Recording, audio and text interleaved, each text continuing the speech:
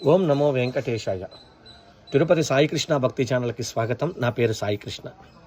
ఇప్పుడు సంక్రాంతి, భోగి, కనుమ పండుగ రాబోతోంది. ఎప్పుడు చేసుకోవాలి అనేది అందరిలో ఉన్నటువంటి సందిగ్ధం.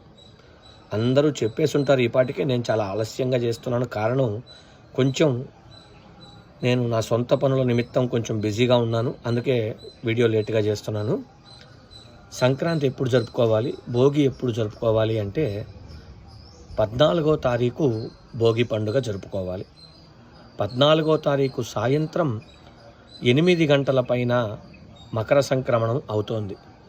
దానికి శాస్త్రం ఏం చెప్పబడి ఉంది అంటే, ఎప్పుడైనా సాయంత్రం దాటి రాత్రిపూట అయితే ఆ పక్క రోజు మకర సంక్రాంతి జరుపుకోమని మనకి శాస్త్రంలో, పంచాంగంలో కూడా చెప్పి ఉంటారు.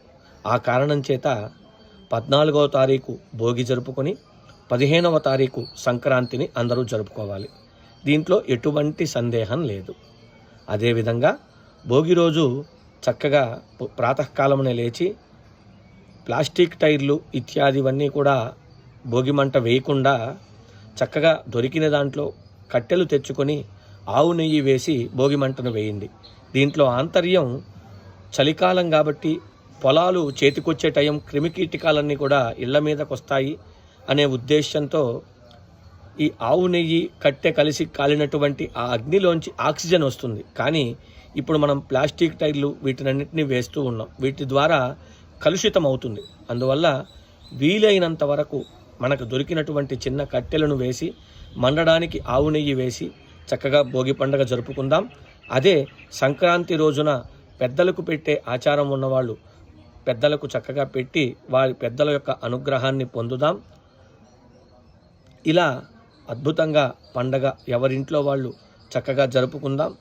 పండగ అంటే పిండి వంటలు తినడము, కనుమ రోజు ఈ ఆవుల యొక్క పందాలు చూడడమో కాదు, భగవన్నామం చేయడం, భగవంతునికి సమీపముగా ఉండడం, అత్యంత స్వామి అనుగ్రహాన్ని పొందగలగడం, ఇది మనకు జీవితంలో పండగ అంటే. అలాంటి పండుగ మీరంతా జరుపుకోవాలని మనస్ఫూర్తిగా ఆకాంక్షిస్తూ అందరికీ ముందుగానే భోగి మరియు సంక్రాంతి పండుగ శుభాకాంక్షలు. ఓం నమో వెంకటేశాయ.